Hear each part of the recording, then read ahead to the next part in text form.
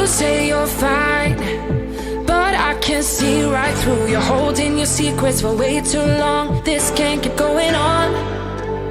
With every lie, they keep on hurting you, getting away with everything they do. This can't keep going on. No, we're gonna find them, and I'm gonna fight for you. They better start hiding. We'll be running with the lions, lions. We'll be running with the lions, lions. They can't run, they can't hide. We won't stop until they're down. We'll be running with the lions, lions.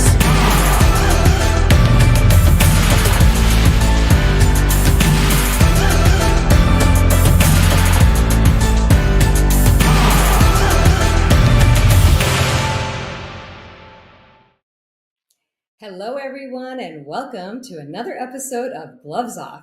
I'm your host, Dr. Kalpana Sundar, and I'm so excited to be here today.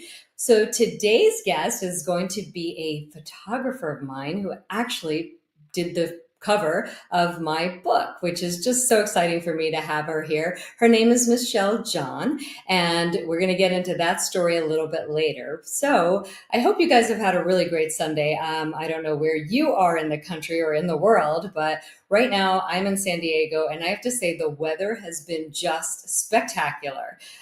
Very little humidity, which was why I moved from Florida. And it's probably about 70 degrees outside. So I've literally been outside most of the day just enjoying the gorgeous weather. And I hope you guys have done something really fun. And a happy, happy Father's Day to all of those amazing fathers out there. So I hope all you dads out there were having a great day and feel celebrated and blessed by all the children. And it's funny because Father's Day has been a big thing, and it's weird to be far away from my dad this year, but hey, at least we were able to connect on a phone call. So a big thank you to my sponsor, Elevated CPA, who is my accountant. And honestly, if you have a small business and doing your own taxes, something you should definitely consider having your accountant do.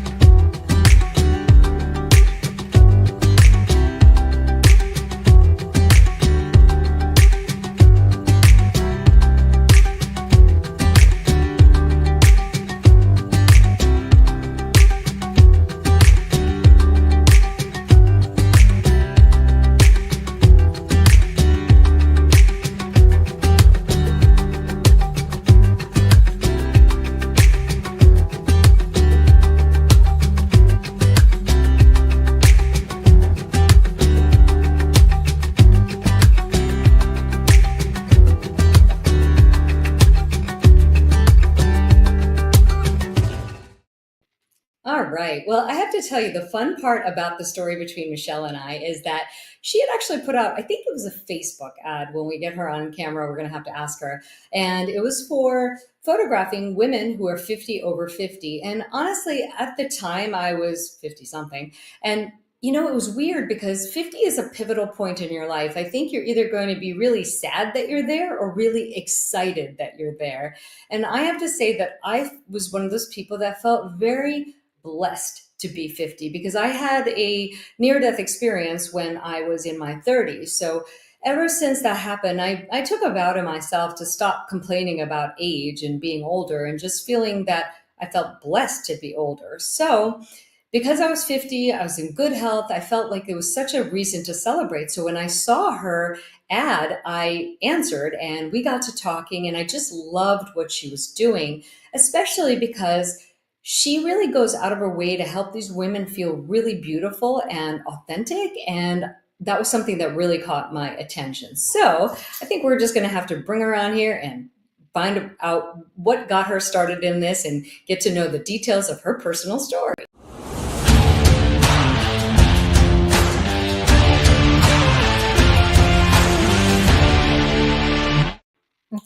Well, hello. Do you like that music that just got you like all excited to be on the camera? Absolutely. I'm like doing a little dance. That's great. Well, Michelle, welcome to Gloves Off. I'm so happy to have you here. Thank you. I'm happy to be here. Yes, yes. I hope you and your husband had at least a nice day celebrating Father's Day.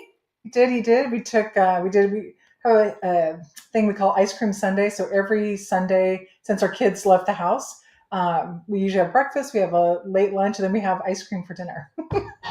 Oh, I love that. So we met our daughter and son-in-law and granddaughter, and we do our ice cream Sunday. So we celebrated dads with ice cream Sunday today. It was awesome. So Oh my God, I love that. Actually, I have a funny story about ice cream. So, you know how when in your car, it'll tell you where it thinks you're going, when you connect your Apple Play. So today I'm heading to the gym and what comes up is the directions to the ice cream store. And I'm like, excuse me, I'm trying to work out and you're trying to get me to go eat ice cream. it's like, no, you need ice cream. Come, come, come, come. I know. I was like, okay, now I'm a little confused. Should I go to the gym or should I get ice cream? Anyway, I did go to the gym.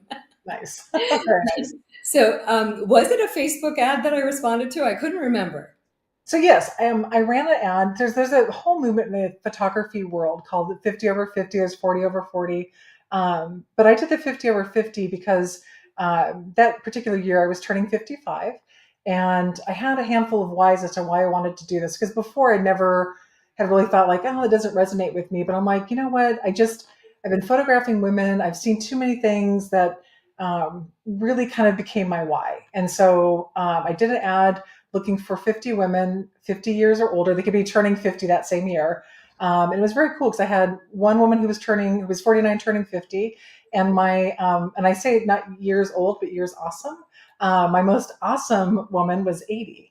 And she was phenomenal. She was writing a book. She's also an author, kind of writing a semi-autobiographical piece of her fascinating life. And yeah, it was a very cool experience.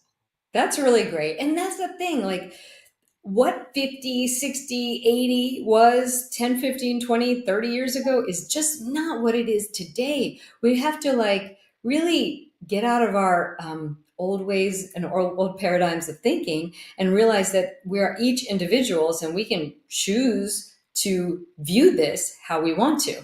Yeah. Well, and I think too, because that was one of my whys, is that I remember like my grandmother lived to be 84, but when she was in her 60s, she just kind of existed to retire. Like she got in retirement, she existed to death. And so her world was waiting for the family to come over, going to church on Sunday, and repeat each week. And so she never really lived. And I'm, in photographing these women, plus the women that are in my world of just family and friends, I'm going, man, these women I know that are in their 50s, 60s, 70s, and 80s are just dynamic. We're just different women now. Our opportunities are so much different, are like taking advantage of those opportunities, going way outside of the glass ceiling that like, I always say like my mom had a glass ceiling. I'm standing on, that's my floor. I hope my daughter's floor is my ceiling top. Like, that we just keep every generation just levels up and gets more, opportunity and doing amazing things. So that also is one of my catalysts of just kind of celebrating where we are because we look better, we're fitter, we're just living life more vibrantly than unfortunately our moms and grandmas. So 100%. And I feel that there's so much truth in that. And honestly, I think why that ad resonated with me so much was because it really took me to 50 to feel okay to be myself. And I'm not going to say that I just turned 50 and I was like, "Ooh, I'm okay being myself fully and, unapologetically." But it was the beginning of that journey. And I would say that every day that goes by, there are more authentic pieces of me that I'm less afraid to show. And in my 20s, that wasn't the truth. That wasn't even close.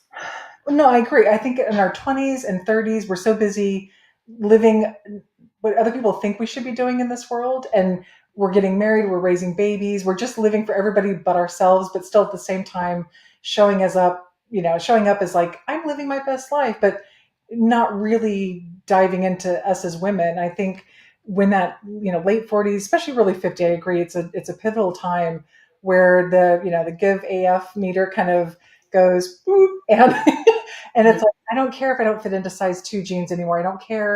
Like I want to go out and change careers. I want to do something different. I mean, that's what I did. I completely re-changed my life in going into my 50s, kind of happenstance, but also by choice of, I'm like, I've loved photography all my life.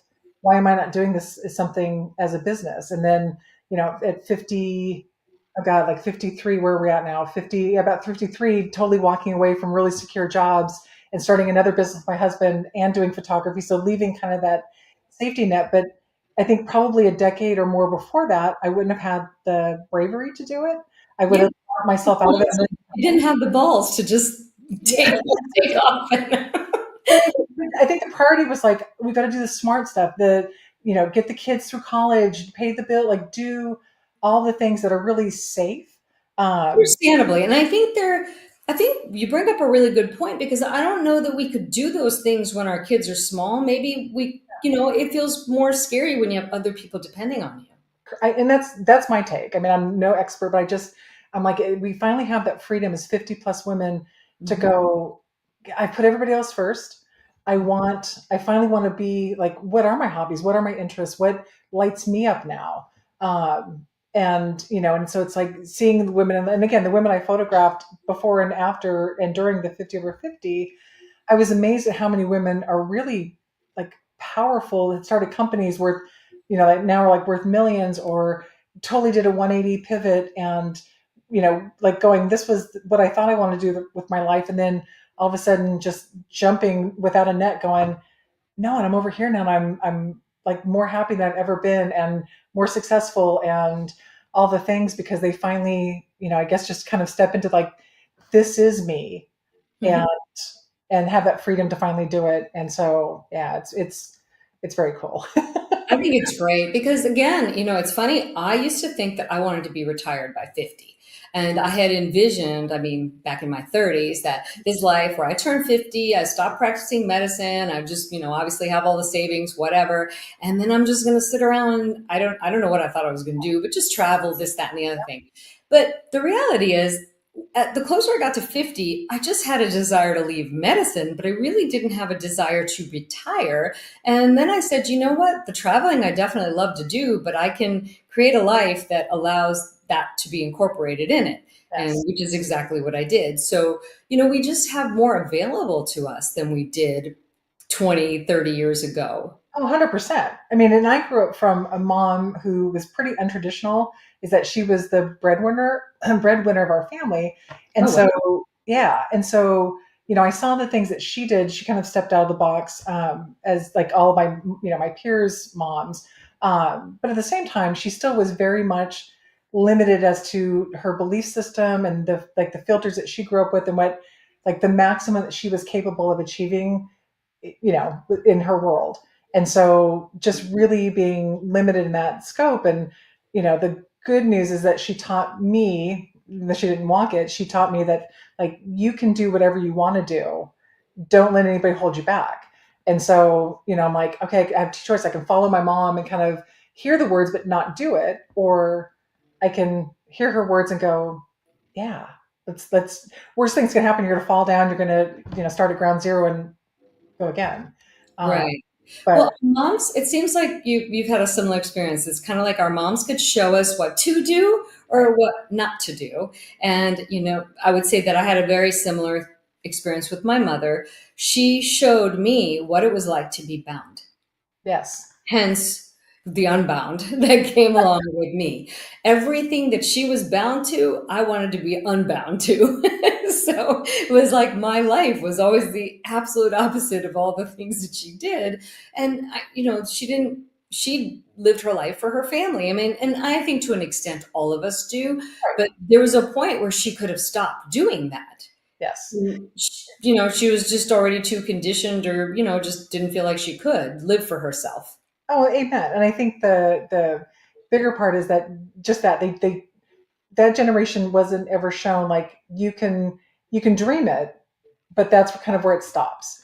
And I think that's the cool part of our generation is that it's like you can dream it and do it, and do it bigger than you ever dreamed you could do it. And And I think for me, I learned a big lesson. And I love my mom. She's passed away now, but like she taught me the power of manifestation. And I've never been a Ooh, giant, like, oh, I'm going to sit around and meditate and manifest my world. But she taught me in a really powerful way that, like, kind of what you focus on is what you attract. And so every one of her biggest fears that she had in life that she never wanted to have happen was sadly the way that she passed away. All of those things were front and center. And so it was like, okay, if that's what, manifestation is, then I need to do a 180 and go, what do I want? Well, if I want abundance, if I want, more love, if I want more deeper relationships, whatever it is that I want, like focus on that and that joy and the things that come with it. And because what you focus on grows. So, um, I wish I could go back and talk to my mom as a younger woman and say, "Mom, like just trust me on this one." And yeah. unfortunately, you don't get to do that. But it's like I think her world would have turned out so differently if she would have known the things that, again, our generation now has the awareness to and I feel access. like I feel like our moms probably knew each other because my mom was very much the same way. Her life played out exactly like what you're saying. All her biggest fears manifested. Yes, And, I think that's when I started to learn about manifestation and everything. I realized that our thoughts become our reality. And I was like, well, if that's the case, I'm going to create my reality as I always tell my kids, I go, I'm going to be awesome and dead. There's going to be no like slippery slope of decline. It'll be like, my God, my mom was alive doing this, this, and this. And I don't know, she just died. Like, fine. no, but that's the thing. Like I laugh. Some of my kids are going. Like I'm sure they just went, oh sweet Jesus, mom, what are you doing? But it really is that thing of going, I want no regrets. Like I want to look back when I'm 90 and go, man, I wish, you know, when people look back on their life and go, man, I wish I would have done these things. And I'm looking back going like, no, I want to be able to go, man, when I was this age, do you know what I did? Like it's gonna shock you, but it's like living life to its fullest, and that's where I wish, and that's I think what I've imparted on my daughter, and even like my daughter-in-law, soon to be daughter-in-law, just kind of going like, don't live life for anybody but yourself. I mean, obviously you have a partnership in your marriage and stuff, but don't hold back because tomorrow's not guaranteed, and Right. it's like if you sit there and wait till, well, when I'm 65 or when I'm this age, that you may not get that day, nor may you get it in the way you think you do. Mhm. So, you think like, well, I'm 65, I'm gonna be in the best health. Well, you may not be. So, Right. it's like, We have to do it with a grain of salt where we want to be, but we might not be. So let's seize the moment and do what we can do today. exactly. And then if life is great, you keep coming, keep stacking the memories, keep stacking the opportunities of going, all right, I'm traveling to, Paris, I'm 92. Yes, go. As opposed to, I'm going to wait till I'm 80 to go and then you can't go. So, Exactly. yeah. Well, I want to talk a little bit about how, just because I think it's ironic. Well, maybe it's not really ironic. Maybe most photographers are this way. But I know that when I first met you, you said, I hate being in front of the camera, so I like being behind the camera.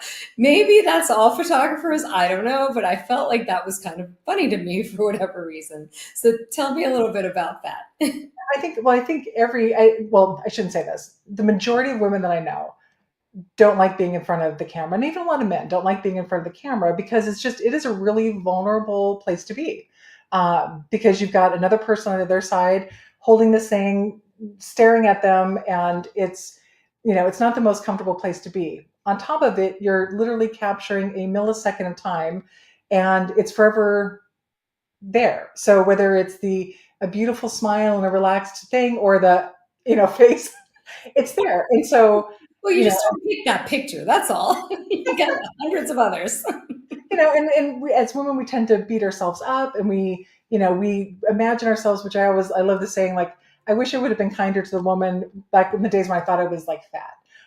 Or, like when you look at yourself going, oh man, that was so horrible. Now I'm like, oh gosh, I wish I was that size again. Cause it was, 10 sizes ago, but at that time I thought I was the world's largest woman, but neither here nor there. So but it's that thing. Like you can, and again, I'm speaking for myself and a lot of the women that I work with, is we zero in on pieces of ourselves. So we'll look and say like, oh, look at the crow's feet, or look at this, or we'll look at, and in reality, I'm like, I'll tell them, I'm like, and I had to learn this myself. step back and look at the whole photo. Look at the emotion that's with it, or the what you feel when you look at it, and look at it in that aspect. Because again, when we're interacting with each other, like even right now, you and I on the screen, I'm not looking at you like I'm looking at your eyes, I'm looking at your nose, I'm looking at your lips, I'm looking at you, the energy that's coming from you, the sparkle in your eyes, the smile.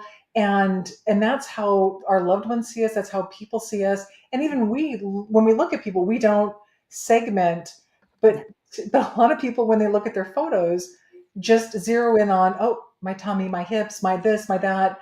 I've got my dad's crooked smile or whatever it is, and we'll pull ourselves apart. But then they won't do that with other people's photos. And No, that's so, true. That is so true. And yes, it's interesting because I've had the same experience with my med spa clients, when I yes, had my med spa, and they would do the same thing. They would show me something and I'd have to get so close. And then I would say to them, I said, how many people are this close to you? no. Nobody except their, romantic partner. Well, and even then, because I laugh because like the camera, especially with technology today, the cameras capture so much information, too Mhm. much information, more than the human eye sees. So it's like looking, like I tell women, don't look in a magnifying mirror. Like if you needed to put your contacts in or makeup or whatever, which that's me, look at it for that aspect. But don't look at it to see the details of your face, because nobody is looking at your face with a magnifying glass. No. Don't look at a photograph and zoom in to 400x, because again, nobody is looking at your face, so everything's going to be that much more. So just realize that people see, yes, they're going to see a couple lines, but again, like laugh lines are just that, they're from laughter.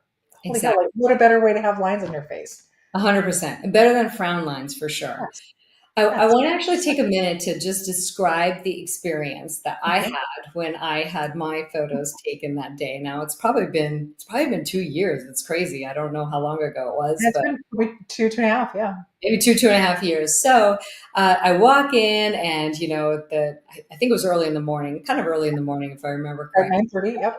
And I have this beautiful, like, Tiffany champagne glass. I remember that. I still have that. And Yep. then, hair and makeup experience was so great. So, you just feel like a movie star because you're getting your hair and makeup done by a professional so that, I'm sorry, I'm pretty good at doing my hair and makeup when I have to in a bind, but I'm telling you, it's never like what they can do. So, and Correct. then like the whole studio is just in this, it's so posh and so cool. Like you just already feel like you're kind of this glamour queen, and I have to say that, I feel that it would make anybody feel comfortable and excited. And, I remember you had the little fans blowing and stuff like that. There's a fan going right now because we need the hair moving. We The need. hair moving and blowing. So, and I'm the weirdo who actually loves to get my photo taken. So, I wish we could clone you, because unfortunately, so many women don't. So yes, I wish I could clone you. yeah, I love it. So I'm never the one that's like, oh, I am just like, I don't know. There's something wrong with me. Or, I used to think there was something wrong with me, but I'm like, Yeah, whatever, it's me. Now I just own it. I like being on camera. Hence, this is why I'm doing this. I like getting my photo taken, whatever. I like it. yeah. And so, but the whole experience is just amazing.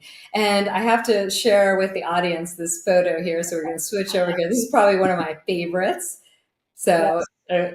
I love that photo. It was one of my favorites. And I just remember just feeling so glamorous and looking, actually, I have that photo in my home now, because I got that gorgeous frame that had like 4 or 5 in it that I could switch out. So it's such a great feeling because I switched those out and I'm like, wow, that's me.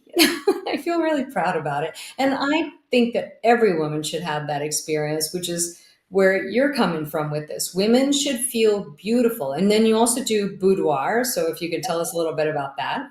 Yep. So when I did the 50 over 50, I made sure that, just like you said, I did professional hair and makeup, because I think every one of us grew up with, seeing supermodels, or, seeing cover magazines with beautiful models, et cetera. And so, most of the women that would come in had never had professional hair and makeup done.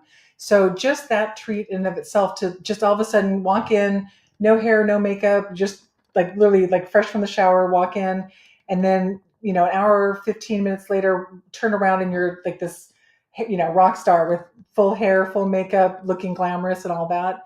And then yes, the Tiffany champagne glasses. I'm like, who does not love a little blue box with the white ribbon? That was kind of my treat to every woman that did it, with a little prosecco or whatever they wanted. And then the photo shoot. Like I wanted women to capture, and I told every woman that came through, I'm like, this is your chance. Like if you want to bring an evening gown or something really just over the top that you maybe have worn once to a wedding or a cruise or something, and then a cocktail dress or casual stuff. You can bring something sexy if you want, because this is your shoot. Mhm. And so really kind of we're looking about 5 looks, because again I wanted to show the different sides of women, because there's a lot of women that go, I have this dress but I never get to wear it, especially I live in Florida, and so there's not a lot of opportunity. Like you're in your flip flops and shorts more than you're in an evening gown. Uh, Exactly. and so women did, they came out with evening gowns, and and it's just like I And want fur. You could do fur even for a photo. to. Yep. Fake, Uh, whatever. Absolutely, because it's like this is your chance to be that kind of over the top, beautiful glamour, uh, Hmm. the kind of more like cocktail look, something just again kind of just really embracing that womanness of that we again tuck away when we have kids, in a Hmm. lot of cases, and then something a little bit more casual. It's kind of the day to day, and then like I said, probably about a third to a half of the women were like, "Can I do something sexy?" And it was interesting because a lot of them would say like, "I want to do it for my husband," and then after a while, it was kind of like, "This is for me." Like, especially for the women that have raised, either they dove headfirst in their career and just lived in that mode, or they career and family, and they put everybody first. Like we lose touch with that really feminine, beautiful, like sensual. And I think a lot of people think that again with like menopause, that's a whole other subject, but like you hit 50 and you just become like dust in the background. And I'm like, no, actually, this is a really great age that, yes, we're not 20 anymore, but Yeah. what we have to offer in knowledge and just being comfortable with our own bodies and sex and sexuality and sensuality and all those things. Like we're powerhouses in a completely different way now. Because I photograph boudoir, and I'll talk about that in a second, but I'm always amazed because most of my clients are probably late 30s to 60, Hmm. and it's interesting. A lot of the younger women that are in the 30 category are much more timid Oh in, yeah. in expressing, because when I do boudoir, I really work with emotions, and they tend to be much more timid in bringing out that emotional side. Whereas the women that are 50 plus are just like, when they see their photographs, they're going, holy hell, that's me. And I'm like, yeah, girl, that's you. Because they get to see themselves in that space that usually only their intimate partner gets to see, Yeah. in a really beautiful way. It's not like we're not shooting porn, but it's just this really beautiful, more than just like, I'm just laying here, like this. It really pulls onto the emotions of humanity, which is a beautiful thing. Yes, Um, and I think that's a popular misconception. People kind of think, oh, it's like, and it's not. I mean, it's so beautifully done. yes, And I think I think it's great because women need to really find that yes, sensuality and their sexuality, especially I would say as they're getting older. yes, And I would agree. I know from my own life experience, I used to feel way more timid about everything in my yes. 30s. And not so much so anymore. So there is some beautiful things that come with age. Like I said, that to me was probably one of my biggest takeaways from doing this, is that we as women we tend to push stuff behind, kind of like again out of the scene, and be able to bring it forward. Not only did it come forward, but it came through with like power. And so Hmm. going back to the 50 over 50, I had women, like I had one woman in particular who had lost a bunch of weight and still just hadn't really embraced her body. And so when she came in, she was covered up all baggy and stuff. And we went through the shoot, and she was this, like the first outfit she came in was kind of fitted. So I always tell women, like, bring in things that are more fitted, because they're going to accentuate your figure better than something big and blousy, because that just looks like a sack of potatoes. It Right. looks gorgeous in person, but in photographs, like this gives me more room to work and create shape in your body. Right. So she came out in her first thing, and I'm like, who the hell just walked in here? Like you are this tiny thing, and but when you walked in, you were wearing this giant sweatshirt and everything. And so I photographed her. We did the whole thing, and she actually was in the Renaissance fair. So her very last look, she brought in this beautiful Renaissance gown, and I had her pose as the queen and her crown and everything. And she was just, she was gorgeous. And she was in her 60s, like mid 60s. And so, uh, Wow. But in her mind, she just thought she was still larger or yeah, something. I mean, I think that she hadn't made that connection that she's had not not. young anymore. And so when she walked out, when she goes, before she goes to leave, and I'm packing up everything with her and we're getting ready to walk out, and she goes, I was going to put what I had on when I left here. And she goes, but I'm putting on this tank top. And she goes, I'm going to Lowe's. I'm going to walk into Lowe's in my jeans and a tank top. She goes, I'm fierce. And I Ah! went, this is why this is the power, because in that 2 hour photo shoot she got a chance to see herself, to re-engage with herself as Wow. a woman, and not just a woman, but like a beautiful, feminine, sensual, powerful 60 plus years awesome woman. Uh, And that's amazing. I love that because what a gift that is for her to just now that she's actually, I think when you look in the mirror, you maybe you don't see yourself no, sometimes, but when you're looking at this photograph, you see yourself in a completely different way. So what you did for her was give her that gift to see herself in a whole new transformed way, which is yes, amazing. because that's the beautiful part. I don't know, like even you, I meet you, we do a half-hour phone call. You came Mhm. in the morning of, I think we did a pre-shoot consult, like about 2 weeks before. So we met for maybe an hour on, on Zoom. But before that, like we really hadn't met. And so I don't have any preconceived notions as to who you are.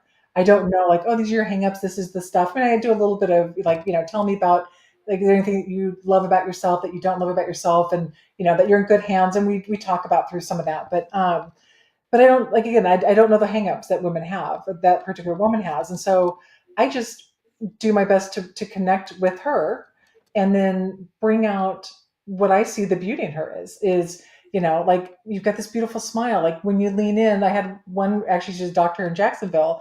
And it was so funny because when I put the wind on her, my little air thing, and she just got the most softest, beautiful, relaxed, like, and finally I stopped. I said, I just have to laugh because when I was doing kind of her headshots, she wanted headshots first for her Mhm. business. And I said, okay.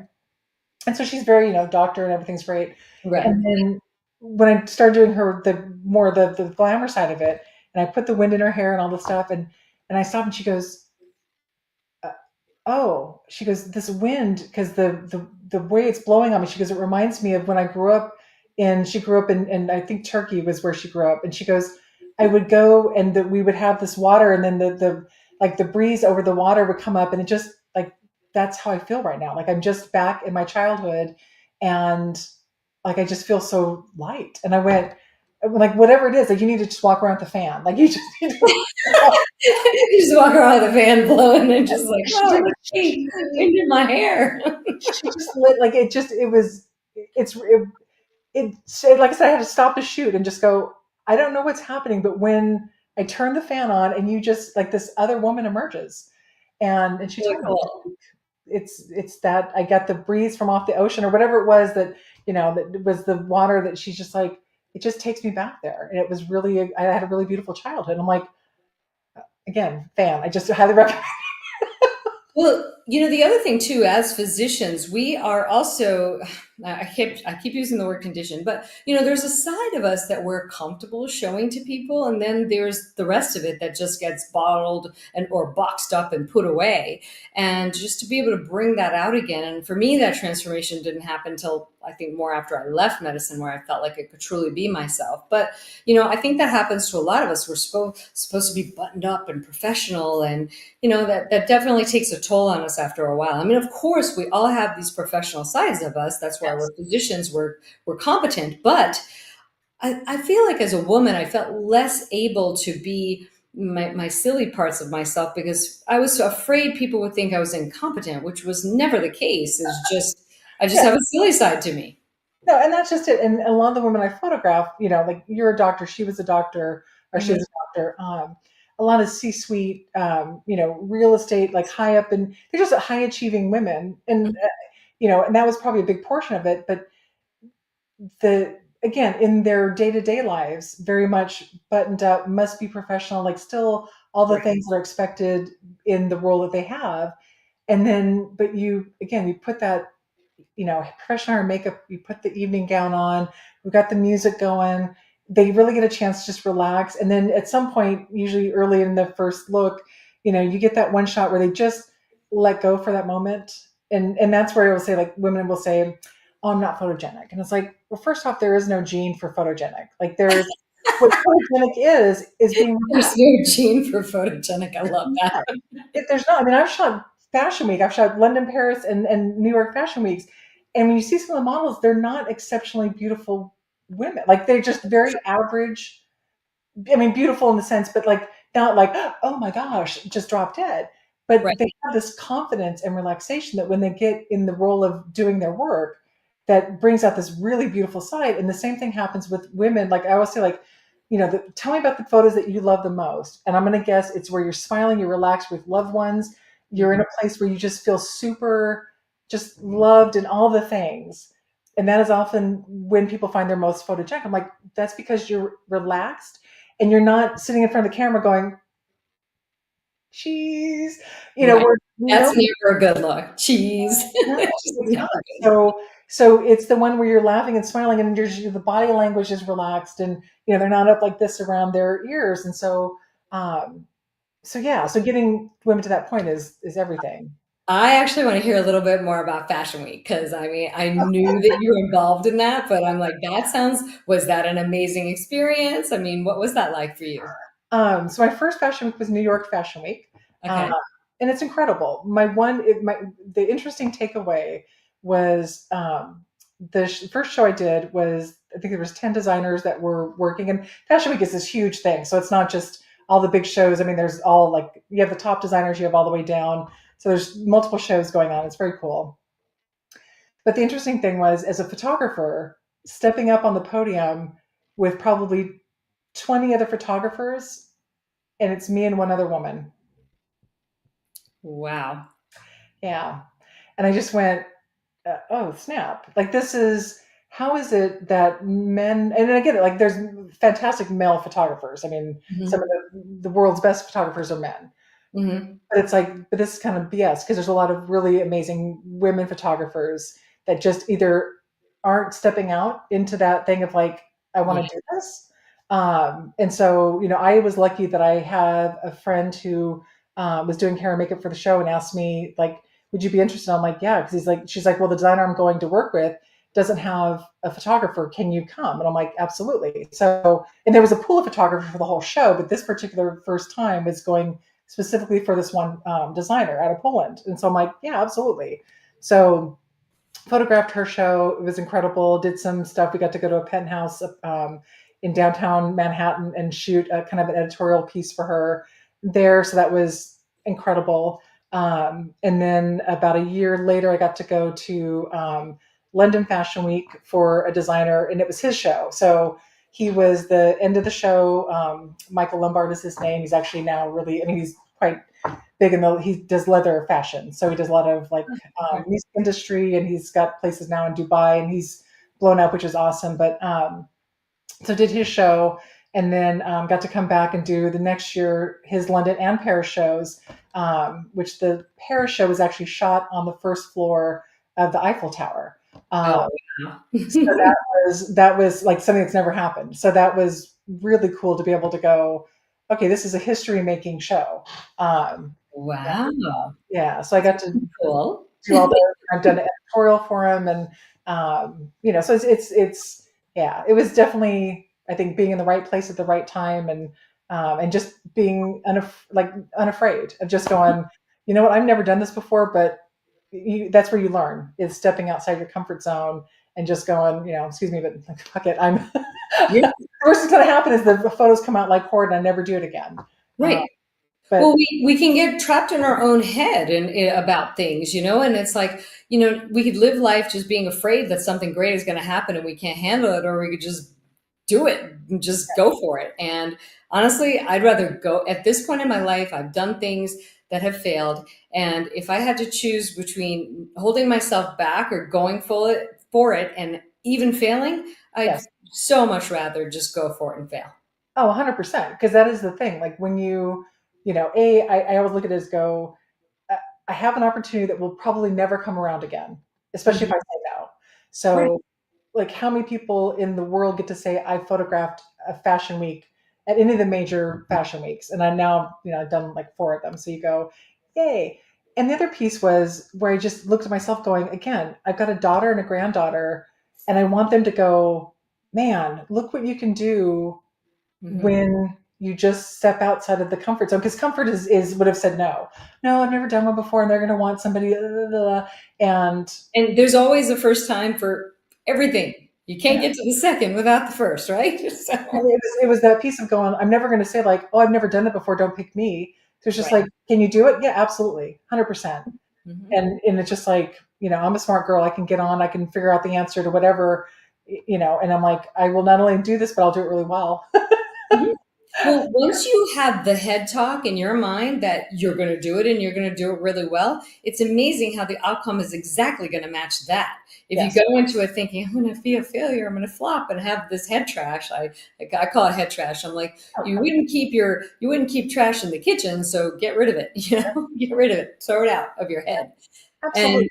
And then the outcome is totally different. And then you got to go through three times total to Fashion Week, which is amazing.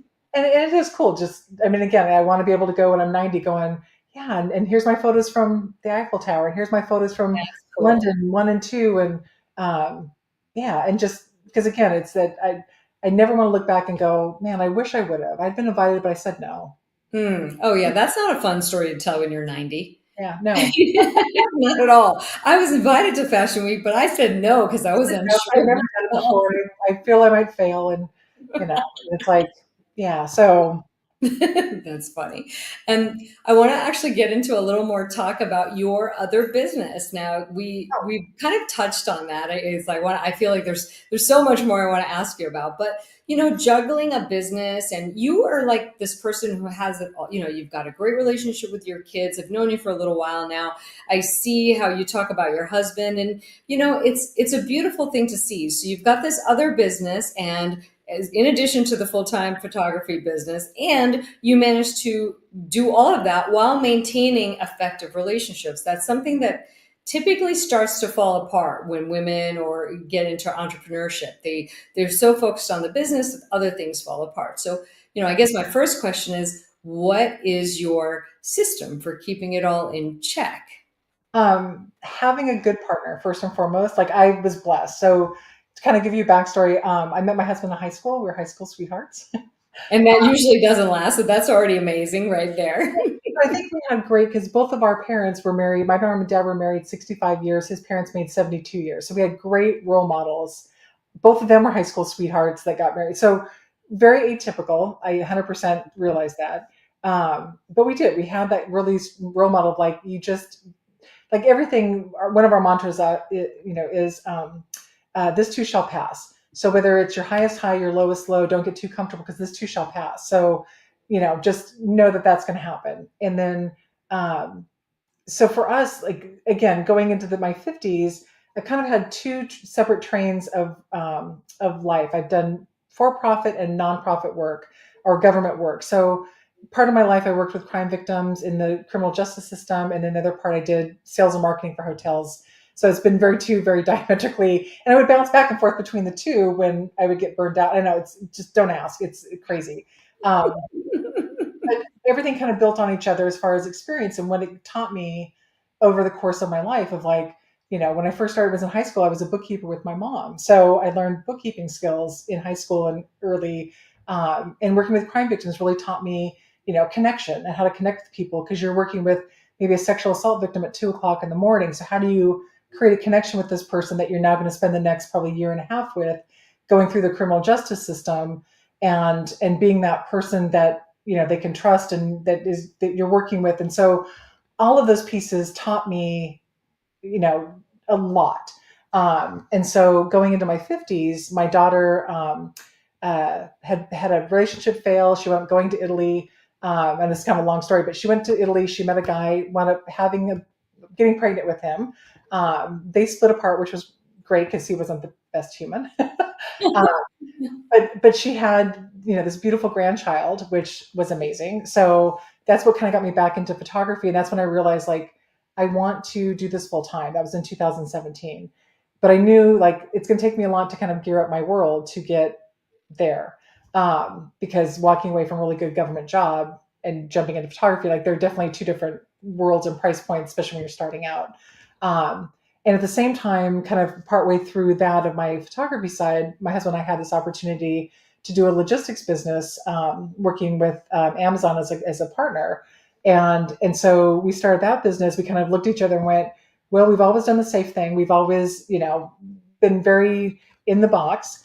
And, we have this opportunity. Do we just jump? And it was like, yes, but we can't fail. Like, whatever it takes. If that means, and we did for the first 6 months, I had to put photography aside, and we worked side by side 7 days a week. 7 in the morning, we're walking out the door, coming back sometimes midnight at night, every day for those things, getting this business up and running. And the takeaway was, I would say like we're two kids from high school. My husband has a master's degree. I got some college. I never finished my degree or any degrees. But I'm like, we built this business in the first 4 months. We did 7 figures in business. Yeah. We Wow. now in 4 years have done 8 figures in business. Yeah. That's Um, fabulous. Wow. so every year we do, multi 6 figure or 7 figure years. And so it's been that thing where it's like, when we started the business, I told him, I said, we can do this, but I want to do photography. So he runs the operational day to day. I handle all the back stuff. I do the financial stuff. I do the healthcare and other things that I can support him in. But it gives me the freedom to do my passion, which is the photography side. But at the same time, we're this really great team. And we had, early on, we really had to remind ourselves of, this is my lane. This is your lane. Stay in it. That was probably the best thing that we did, because it was that piece of, I'm a control freak. I own it. And so I would like start kind of moving over into his lane, and he would be like, lane's over there, or vice versa. I would be doing something with like, I'm going to pick up this for like a 401k, and he would, and I'm like, okay, thank you for the input, but your lane's back over here. Yeah, yeah. Oh, that's good. Well, it's not, well, first of all, staying married, how long have you been married now? Oh, 40 years in August. Yeah, and then that is amazing. So number one, to stay married for that long is a very big accomplishment in this day and age. Number two, everybody says high school sweethearts don't last, so that's huge. And really, the last thing is like, if you manage those first two things, but if you start a business together, you can almost just say that's the where things are going to go south. We started a business. We purchased a house. We basically bought a house across the street and one house over from where we lived before.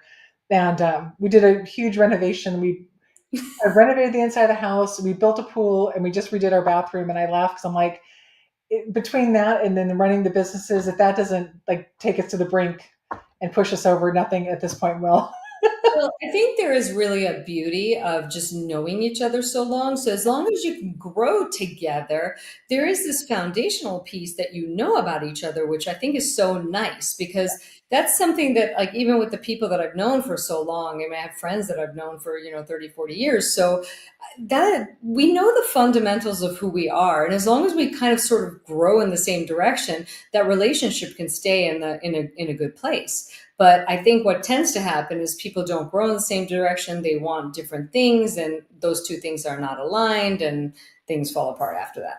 Oh, absolutely. And I wish there was some kind of magic bullet that keeps us together. But it just, I think it is that long haul. And I think too, like just remembering that this too shall pass, because there are days when you go like, I love you. I may not like you today, in all honesty. Yeah, that's true.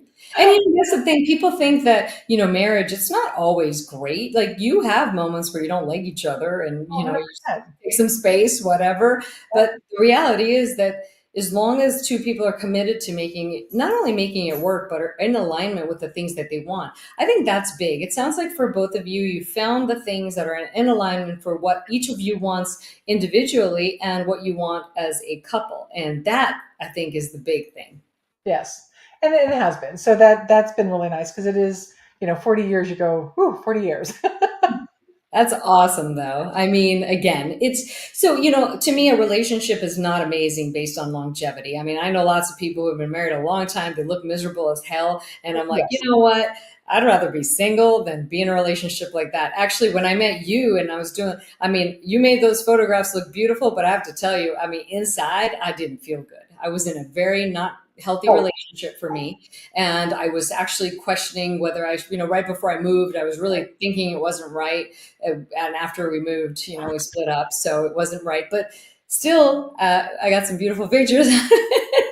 But I have to say that happiness is the best cosmetic. When you're just happy, like you glow from the inside. And I can always tell when people are faking it about their marriage, when they're like really overcompensating, saying it's great and the relationship is great. I can really feel the difference, and I've just never sensed that out of you. And I think I think I want to put that out there so people know that it is possible to have it all. You can have the business, the children. I mean, if that's what you want. I mean, whatever, 100%. Yeah. It is. but yeah, I mean, it is all possible. It's all available. We just have to make sure that the things that we choose are in alignment for our best interest. Yeah. So for me, my marriage, we just wanted different things out of our life, and that's okay. Sometimes we don't know that in the beginning, and now in the future, I want to be with somebody who's in alignment. We both want the same things, and that's a choice that we get to make. It just doesn't happenstance happen. Like you can No. choose the kind of person you want to be with. And it's funny because I was talking to my husband one day and I said, God, if you died tomorrow, like, I don't know if I would get married again. And he's like, seriously? And I'm like, no, because I just, like, no offense, but like, I don't want to put up with somebody's bullshit. Well, yeah, and you already understand his bullshit, so it's probably easier. And that's what I mean. Like, it's not, but you go, like, I know our interests, I know how we find, I know how we do the things that we do. Right. And I'm like, I don't want to have to relearn somebody's thing. It's a whole thing. Trust me. And so I'm like, I seriously don't know if I would ever get remarried because I'm happy. Like, I don't need somebody to complete me even now. He's a great addition to my life and hopefully I'm a great addition to his life. Right. And that's what makes us stronger. It's not the need of like, oh, without him, I shrivel and die or vice versa. So, and like, I don't know that I could find a partner that could match that kind of energy, honestly. And maybe I could, I don't know, but I'm not Well, looking. I think the other thing too is that it seems like your mother raised you in a way to really feel complete on your own. So probably even though you were young and in high school when you met your husband, I mean, I'm sure you weren't. I mean, you were definitely a younger version of yourself, I'm sure, and inexperienced, and Right. you had your things. But it sounds like you felt like very whole already, and then maybe he did also. So that might also be the components of what makes it work. Because I think when you start feeling like somebody needs to complete you, even though that movie Jerry Maguire is like that's such a famous scene, and I'm like, oh my God, nobody should be completing you. You better be completing yourself. I do. I think I grew up with a very strong sense of self, not Hmm. only self confidence, but just knowing I was capable, and that like I would get through whatever it was. And so having that kind of inner strength of just going, okay, and then looking at people that come into your life as not like how can they make me better, but how can like we complement each other, and give each other where maybe somebody's lacking in one area, the other person makes up, and again, just kind of gives that gift back and forth of balance of being able to go, okay, well, that like I know certain things, like I am the more emotional component and he is more of the rock, and so if we were both rocks we probably would do horrible. If we were both emotional messes we'd be, but I think that's where the art side comes in, is that having that more emotional tap than Finding that balance between both people's personalities. I mean, yes, two rocks I don't think would do very well. There's not an emotional connection to keep them together. exactly. But he's the guy like he won't cry, whereas I'm like Kodak commercial. Yeah, exactly. Yeah. That's okay. I mean, we're women. We're supposed to have emotions and let them out. That's part of it, definitely. Amen. Well, I have to say that I want to make sure that everybody has your information. So the website is below. And if you are interested and if you're in the Jacksonville area, but you also travel though, too, Yeah. right? Yep. So, I actually have clients in California. I'm leaving next week to go up to Chicago. I'm doing a corporate shoot up there, so I do travel for sure. okay, great. So that's always nice to know because you know what? I would say that in my experience, I've worked with so many photographers over the past 2 decades. And what I love about photography is that it is so artistic that you never have the same kind of photos. Everybody has a different artistic eye. Those photos look different. Each photographer has captured some element of me that the other one, you know, didn't, or also like I'm older and I've changed and those elements are captured. So it's a beautiful thing. And if those of you who are out there who haven't had photos done in a while, I mean, really treat yourself. It's probably one of the greatest gifts you could give yourself, in my opinion. Well, as I say, when I did the first fashion week, there was actually another photographer with me. She'd brought on both of us, and he was a gentleman. And again, not bashing men, but his take was really like hard lighting, and he had very much of a very specific look. And we were shooting side by side in so many cases, and my work and his work, even though we're shooting the same model, same time, 180-degree opposite. And it Mhm. was interesting to see his work and my work, but it's just our styles were different, but Right. everything else was the same. And that's the beautiful part about photography, is that you not only is it somebody just clicking a thing, but they're putting their clicking the camera shutter, but they're Right. they're actually putting their style, their lighting, their energy, their vision into a photograph. Yeah, So 100%. And that's what I love about it. I mean, to me, it's a wonderful thing. I have to say, I feel blessed to have met you. I'm grateful to have your beautiful photo on the cover of my book. Right over there. And it's been an absolute pleasure. I want the lasting message to be you can have it all. You can have your dream career, your dream husband, and your dream children. If that's what you want out of life, go get it. forget it. Just do it. It's Focus been on a what you pleasure to have you on the show. You enjoy the rest of your Sunday with your husband. want. Happy Father's Day to him. You as well. Thank you, doll. All Bye. right. Have a good one. Well, I hope you guys enjoyed that conversation. I love photographers. They're just so artistic in their style and their viewpoints. And I was saying to somebody the other day, I feel like it's like pizza in a way. Like, how many slices of pizza have you had in different places? No two are ever alike, right? Because each place has their specific spin on it. So I don't know. I don't know why I make a photographer's pizza. I don't know why that came to me. It's probably silly, but that's okay. That's how I am sometimes. But in any case, I'm excited. Next week, we're going to be interviewing Wynn Austin from Wynn's Kitchen.